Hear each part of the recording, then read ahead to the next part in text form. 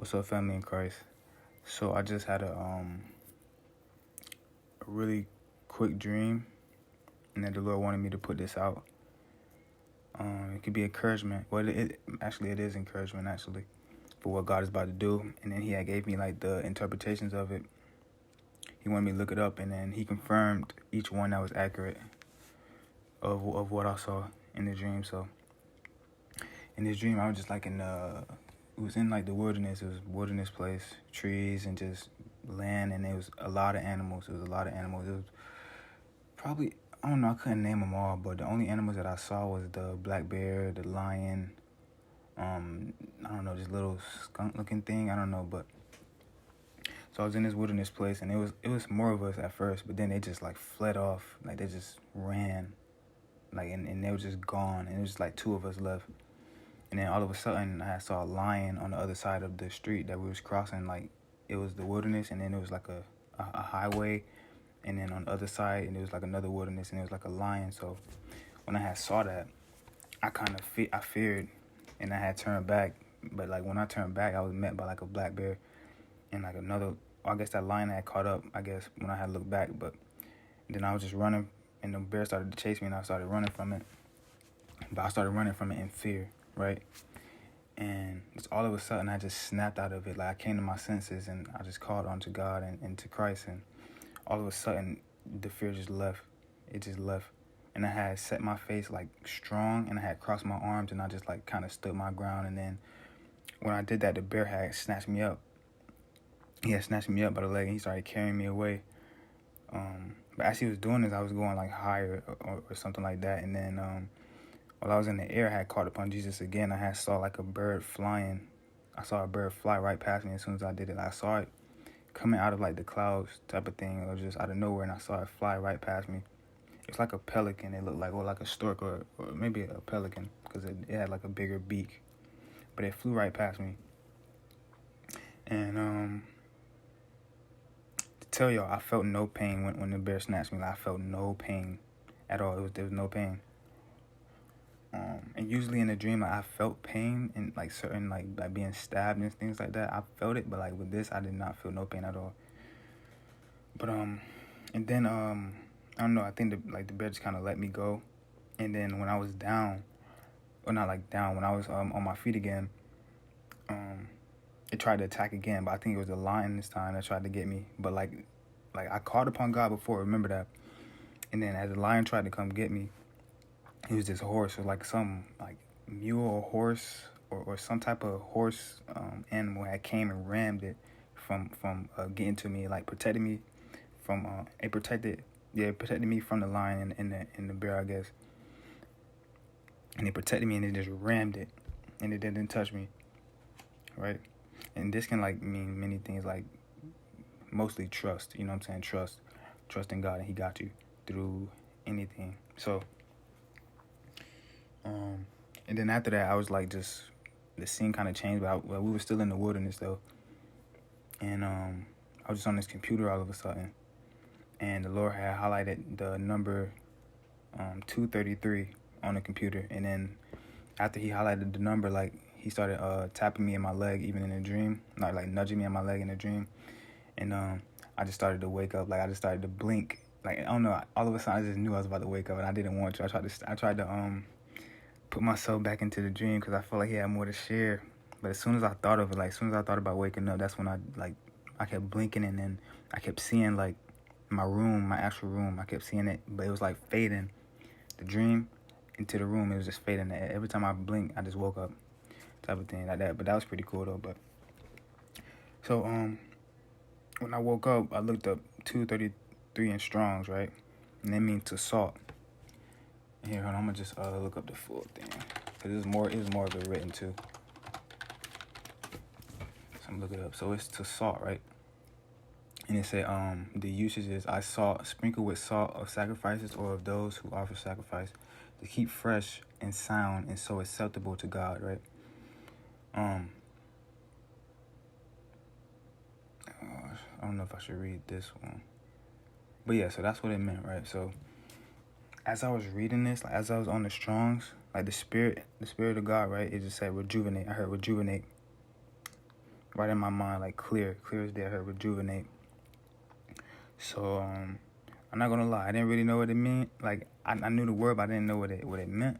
So I had to look it up. So the definition is the action or process of making someone or something look or feel better, younger, or more vital. The action of restoring a river or stream to a condition characteristic of a younger landscape.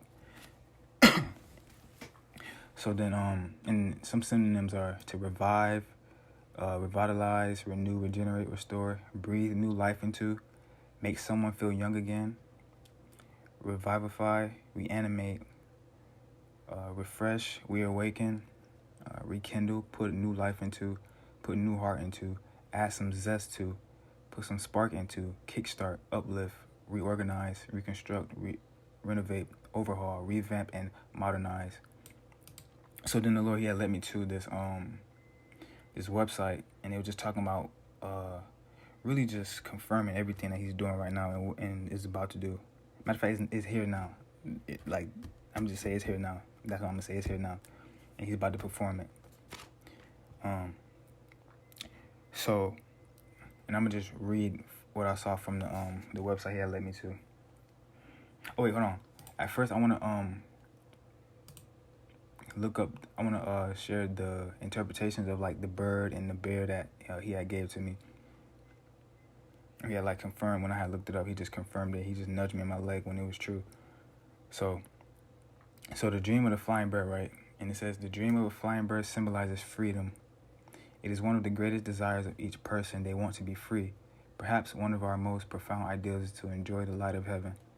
It is even more intense when we are children. As we grow up, we begin to deal with reality that is too, I don't know what that word say, but too unrealistic. I don't know, it's some other word and then unrealistic, but it's too unrealistic. But dreaming of flying birds accompanying us at various times in our lives is hidden deep in our hearts. And it says when you dream of seeing a flying bird in the sky, this shows your instinct of freedom to breathe new air that will take you to the sky, to float above the earth. Dream of flying birds can also mean that moments of joy, emotional balance, and harmony will become a part of your life. These moments will give you love, freedom, and purity to experience life.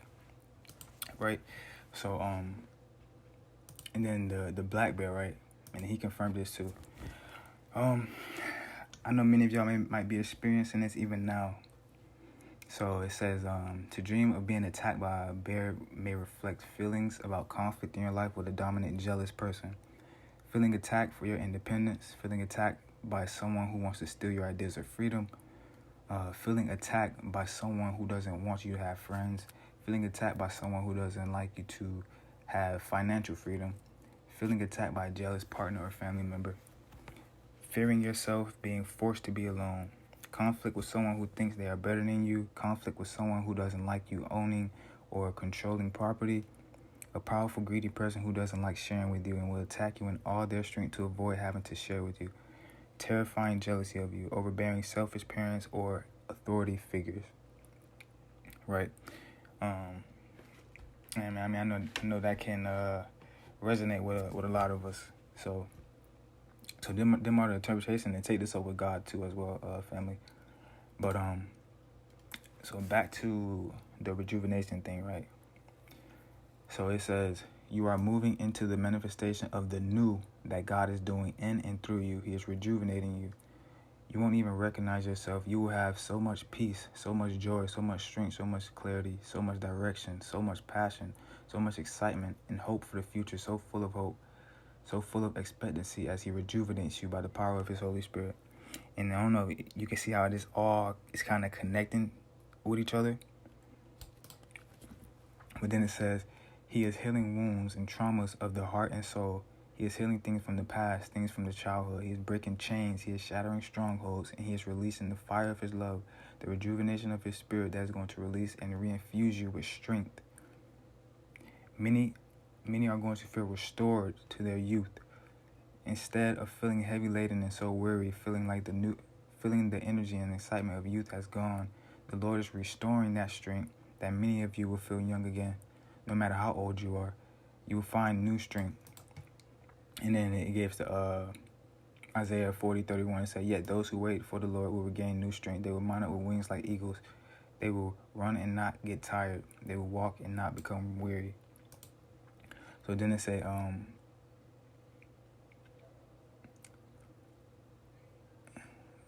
many of you. Okay, it said many of you in this rejuvenation process are going to, it's going from feeling most empty to overflowing, from barely going through and so weary to thriving and overflowing. And actually, when I was writing this stuff down, and when I was going through like the interpretations of it and stuff like that, God had nudged me in my leg, and it was 401. And in 401 is overflow. I think it's, let me look it up. It's like overflow in the Strong's Concordance. Let me see. Okay, yeah, it's a pouring out, overflow, outpouring, excess, overflow, pouring out. So as I was just asking God to confirm like everything that He was saying, He was just confirming it as I go by and as I like share it. But and it says, flowing in the waters of this rejuvenation process is John 10:10. I came so you may have life and life more abundantly. In the rejuvenation process, the people of God will be awakened to the life that is theirs like never before. The awakening to who He is, who they are in Him, and what is theirs. All right. And it says, just when you didn't want to go any further, catapult. Right. And then it says, and then the thing said, I saw many at this point of not wanting to go any further.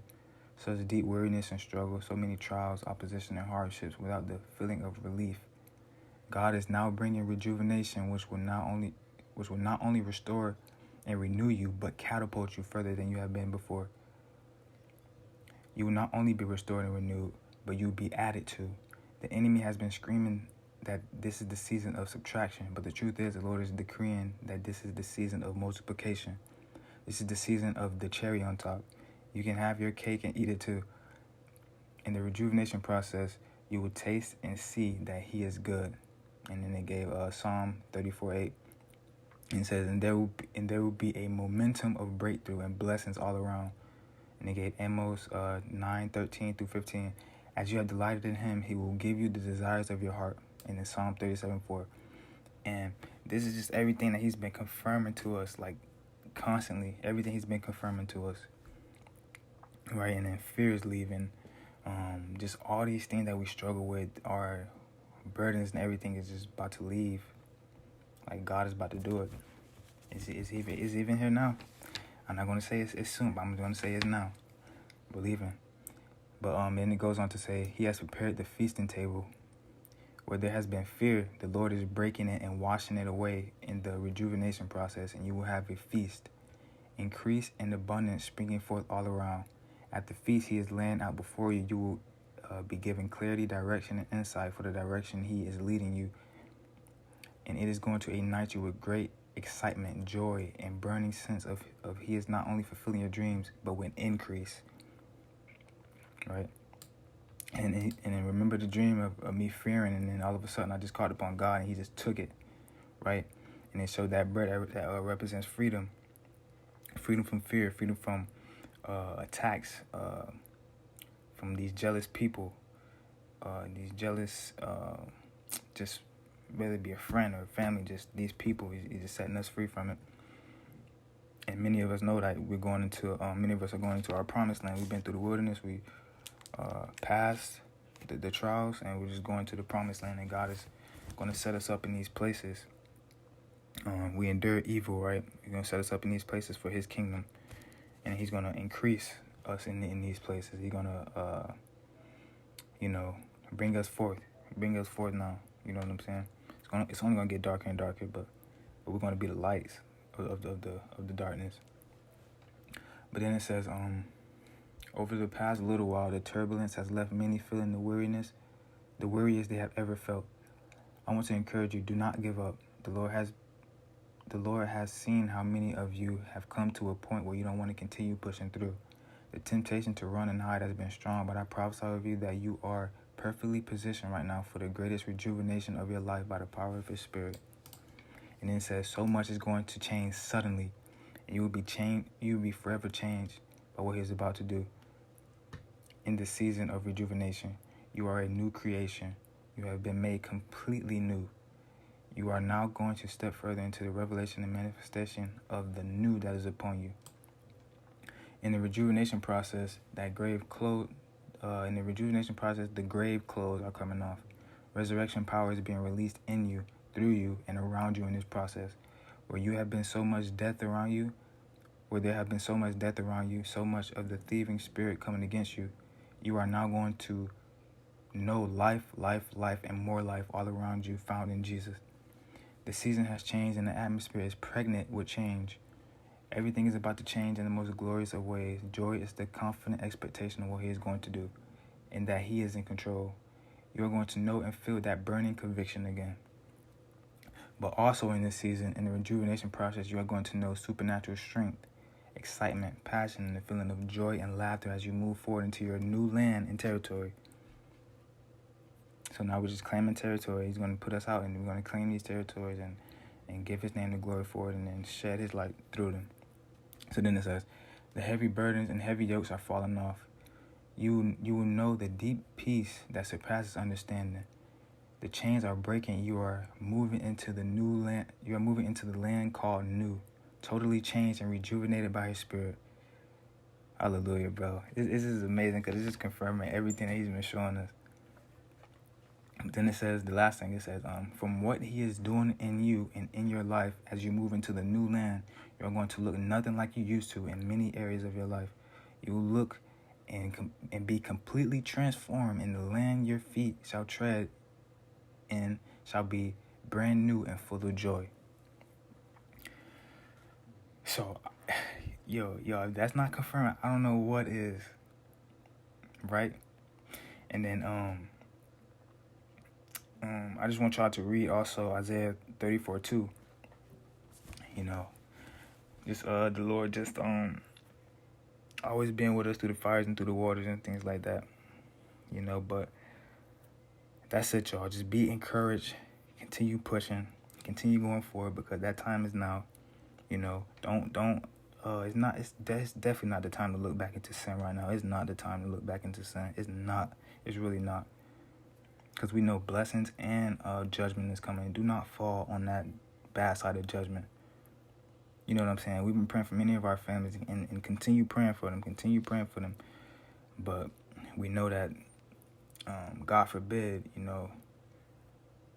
that they might. But, God forbid, Lord, just continue praying for them and lifting them up to God, that He'll change their hearts. But we know how hard-hearted some of them are, but only Jesus can crack it and, make it to a heart of flesh. So that's really it. I wanted to share and take this to God, y'all. Take this to God. And also read Ephesians 1:16 through 23 and Ephesians 3:16 through 20.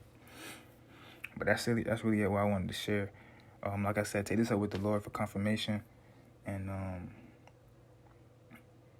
love you guys, man. We at that point now. Just know we're at the point now. So just continue to be encouraged and continue going forward. In Jesus' name.